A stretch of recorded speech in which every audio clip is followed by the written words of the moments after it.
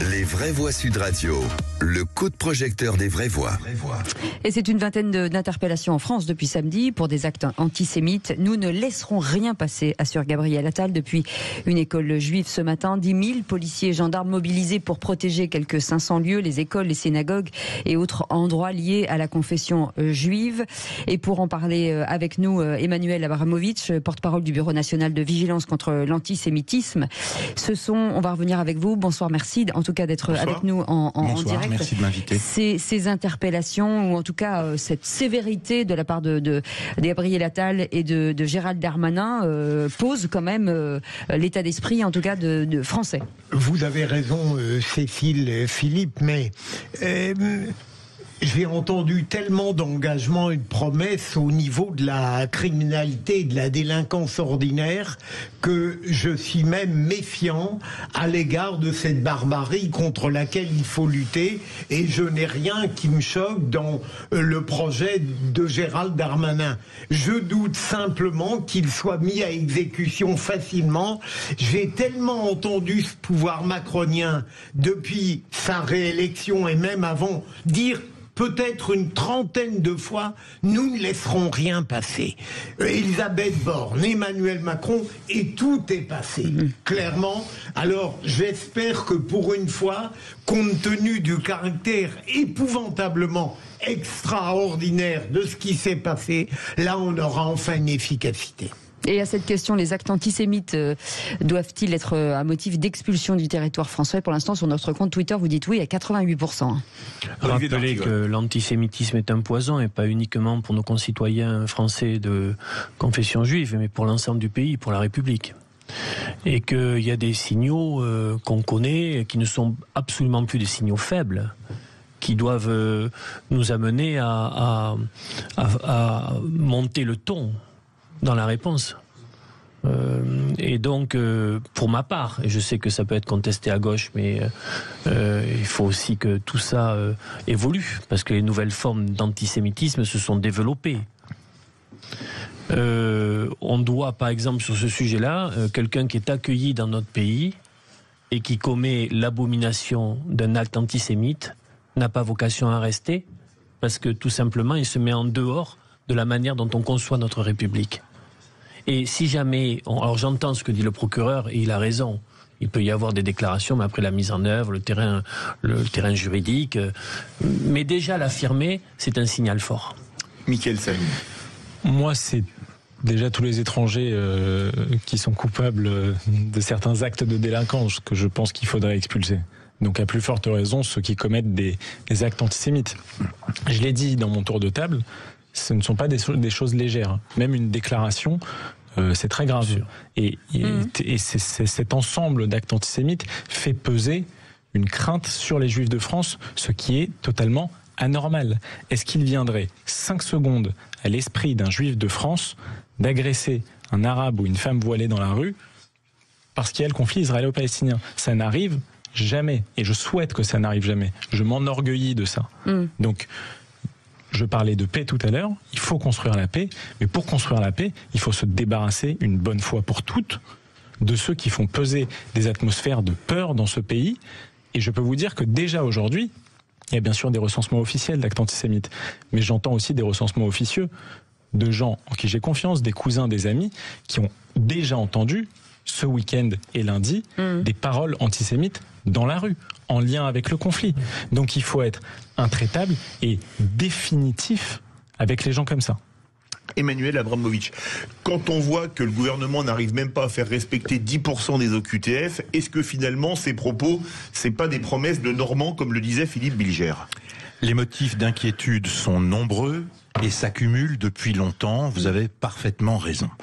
Il semblerait que le gouvernement se soit enfin saisi, non pas uniquement de la question qui n'était traitée jusqu'à présent que de façon rhétorique, mais décide de se saisir d'un point de vue judiciaire des choses, des acteurs de ce nouvel antisémitisme, et qu'enfin ils prennent des décisions. Les déclarations de M. Moretti à cet égard sont a priori positives et vont dans le bon sens. Nous avons besoin du droit, mais nous avons, au-delà du droit, besoin de retrouver ce qui était une des quintessences, une des merveilles de l'esprit français, la morale, la culture, l'éducation, le respect de l'autre. Ça, c'est ce qui a toujours caractérisé la France des Lumières. Et cette détestation des Juifs qui a réussi à s'imposer en France a une histoire qu'un jour il faudra expliciter, parce que le palestinisme n'est pas né d'un claquement de doigts du jour au lendemain. C'est une opération technique, politique, réfléchie, avec une mathématique que l'on pourrait résumer en un mot, le clientélisme. En fait, si vous m'autorisez, en 1983, le monde ouvrier, réjoui de l'arrivée de la gauche au pouvoir, se sent trahi par une multitude d'éléments économiques qui, in fine, vont porter préjudice à son pouvoir d'achat et à sa capacité à trouver de l'emploi, eu égard le regroupement familial. Et donc les ouvriers, quand je dis ouvriers français, c'est, vous me comprenez bien, qu'ils soient maghrébins, africains, de toute origine, mais qui étaient ouvriers en France, se sont sentis doublement trahis par le pouvoir d'achat qui chutait et par le fait que le salaire diminuait, du fait que, au lieu de reconnaître leur expertise, on disait, écoute, toi, avec ton expertise, on va en prendre 2 comme toi, on te paie, et on se... Alors ces gens-là... Et la désindustrialisation du pays. Aussi, mais qui n'est, pardonnez-moi, qu'un 3e élément. Mais c'est très secondaire. Et c'est... Oui, mais pardonnez-moi de terminer mon raisonnement. En tout cas, c'est et très secondaire. le résultat de cette frustration, mais qui est au-delà d'une frustration, puisque le pouvoir d'achat a été pénalisé, eh bien, les ouvriers trahis ont rejoint le Front National. Et là, s'est posée une problématique électoraliste. Comment fait-on pour garder des députés et des sénateurs aux prochaines élections ? Et il y a des intellectuels dans tous les think tanks, mais il y en a un qui est meilleur que tous les autres. Ça s'appelle, ou ça s'appelait, Terra Nova. Ça existe encore. Ça existe encore. Ah, quel bon boulot ils font. Moi, je comprends qu'ils existent encore. Et c'est eux qui ont réussi à imposer au Parti Socialiste, à la direction du Parti Socialiste, qu'il suffisait de switcher l'électorat ouvrier et de le remplacer par l'électorat maghrébin. Je suis un petit peu concis. Et Bobo, les deux. Moi, Bobo ? Non, et Bobo. Ah, pardon. Parce que alors là...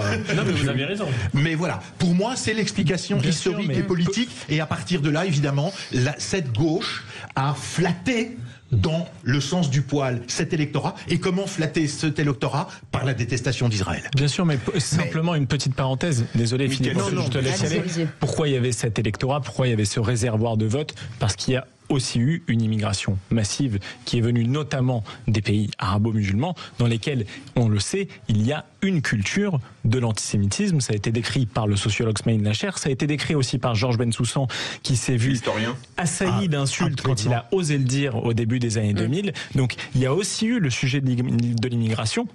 Et c'est pour moi bien plus prégnant que le sujet du social. Emmanuel, si vous le permettez, je voudrais pas écorcher votre nom. Au-delà des explications politiques, comment expliquez-vous tout de même que, quelle que soit la période, la dénonciation de l'antisémitisme reste très forte? Elle est sincère chez la plupart de nos gouvernants, et qu'en même temps, la lutte menée est à chaque fois contre-productive, puisque les propos et les actes augmentent sans cesse. C'est pour cela que j'ai une sorte de morosité démocratique sur ce qui va advenir maintenant. Il y a 2 mots qui lui sont synonymes. Déni et peur. Le déni d'un problème que l'on sait que l'on aura du mal à régler et que si on rentre vraiment dans ce problème pour le régler, on risque de perdre des voix. Et puis il y a la peur, au-delà de perdre son électorat potentiel, que les banlieues s'enflamment, qu'il y ait dans les universités des mouvements violents. On a déjà des mouvements qui sont radicaux, qui ne devraient pas être tolérés par le ministère de l'Éducation nationale, qui se répandent. Il y a aujourd'hui une grande difficulté à être un étudiant juif dans certaines universités. À Nanterre, notamment, il y a des professeurs qui prennent la parole face caméra pour expliquer à quel point le Hamas, ce sont des résistants. Non, ce sont des terroristes. Et quand on les appelle autrement que cela, alors on est déjà en train d'intoxiquer des élèves et des esprits vierges qui sont dans ce lieu pour apprendre. Allez, 0826 300 300 et Raphaël de Cachan est avec nous. Bonsoir Raphaël. Bonsoir Raphaël. Oui, bonsoir les vraies voix. Bonsoir. Et bonsoir. On vous écoute Raphaël. Alors effectivement, je souscris parfaitement à ce qui vient d'être dit par l'ensemble de vos invités, et il ne serait plus facile que de citer Malika Sorel qui décrit parfaitement l'état actuel du pays, donc la décomposition française qui effectivement est impulsée par le clientélisme de nos élites par rapport à effectivement un vote maghrébin pour s'assurer effectivement certains pouvoirs locaux. Et effectivement aujourd'hui on a peur de nommer les choses, on a peur de dire la réalité. Ce qui a été fait samedi par ce groupe terroriste, qui n'est pas un groupe politique au sens noble du terme, n'est autre que de la barbarie qui doit être condamnée unanimement par l'ensemble de la classe politique comme telle. Et d'observer que une certaine frange des élus d'extrême gauche refuse de nommer de manière très claire que le Hamas est un groupe terroriste et non un groupe de résistants comme il le souhaiterait l'appeler, est extrêmement grave. Donc effectivement, je pense qu'aujourd'hui, l'expulsion d'étrangers qui seraient l'auteur de propos antisémites doit être effectivement sanctionnée par la peine la plus grave, l'expulsion, et non par un classement sans suite comme sans doute c'est fait dans les commissariats de quartier tous les jours. Restez avec nous, Raphaël. Est-ce que aujourd'hui ça veut dire que la communauté juive est en insécurité en France aujourd'hui, hein, soyons justes aujourd'hui. Mais la communauté juive est clairement en insécurité, pas de son fait, mais parce qu'elle est exposée à des réactions incontrôlées, anti-républicaines, qui ne sont ni dans le respect ni dans la morale qui correspond à celle de notre pays, de notre civilisation. Donc oui, nous sommes en danger. Mais ce que je voudrais dire à ce stade, c'est que moi, je ne mets pas tous les musulmans dans le même groupe. Je voulais vous poser la question, justement. Je suis moi aussi allé à cette manifestation au Trocadéro, et pour la première fois, nous n'étions pas seuls. Et je vais vous surprendre en vous disant qu'il y avait des Iraniens et que ils ont été très vigoureux. Ils avaient des slogans et ils les ont répétés plusieurs fois. Et ils se sont rendus visibles. Vous savez ce qu'ils ont fait? J'ai trouvé ça très beau. Ils ont attaché le drapeau iranien, pas celui des mollahs, mais celui de l'Avent, au drapeau israélien. Et ils ont marché comme ça pendant des heures. J'ai trouvé ça merveilleux. Nous avons retrouvé là-bas nos amis kabyles, qui sont tous venus avec leur drapeau et qui nous ont dit leur amour. Et nous leur avons dit à quel point, dans notre République laïque, il était bon de se retrouver entre minorités. Et puis, il y avait aussi les Arméniens, avec qui les choses ne sont pas faciles. Et nous avons bien sûr discuté des intérêts d'État, qui ne sont pas les intérêts des peuples. Et nous, à cette manifestation, nous étions la représentation populaire de ce que devrait être la France. Est-ce que c'est pas par ça que ça va repasser, justement, pour recréer cette union nationale des peuples aujourd'hui qui vivent ensemble dans un même pays, avec des cultures différentes? Est-ce que ça ne doit pas passer comme ça? Faites-moi rêver, Cécile. Non, et transformons notre rêve. Oui, ma réponse est oui, bien sûr. Et il faut maintenant, nous sommes maintenant en manque d'un candidat politique qui saura avec honnêteté récupérer cet élan populaire. Olivier d'Artigol veut réagir.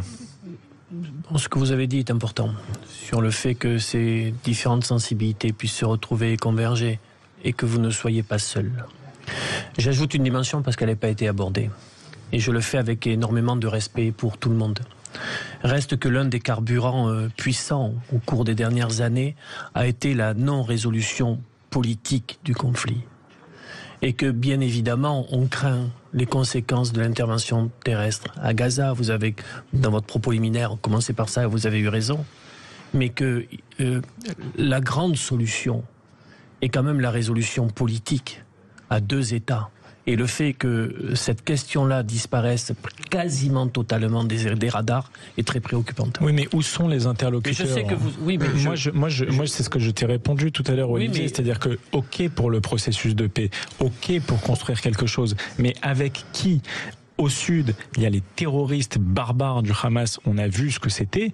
À l'est, c'est Mahmoud Abbas qui prend les aides internationales et qui arrose sa famille et 2 ou 3 clans là-bas dans la Cisjordanie, parce que c'est un système qui est encore clanique. Il n'a rien construit économiquement, rien construit politiquement. Il a 87 ans. Ça fait presque 20 ans qu'il ne s'est soumis. Mais en Israël, on a quelqu'un ?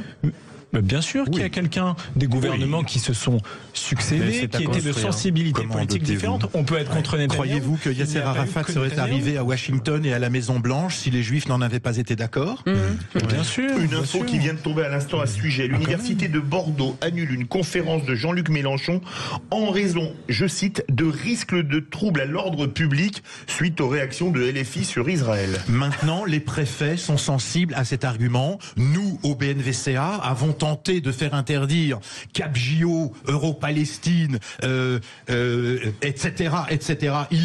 Il y a plein d'associations, de groupuscules qui se donnent pignon sur rue et qui prêchent la haine. Nous n'étions pas entendus. Heureusement, enfin, maintenant ça va changer. Et ces gens ont prêché la haine pendant tellement d'années qu'effectivement, nous avons quand même à nous inquiéter. Mais au moins que le mouvement s'arrête. Merci beaucoup Emmanuel Abramovitch d'avoir été avec nous, porte-parole du Bureau national de vigilance contre l'antisémitisme. Merci beaucoup Philippe Ligère.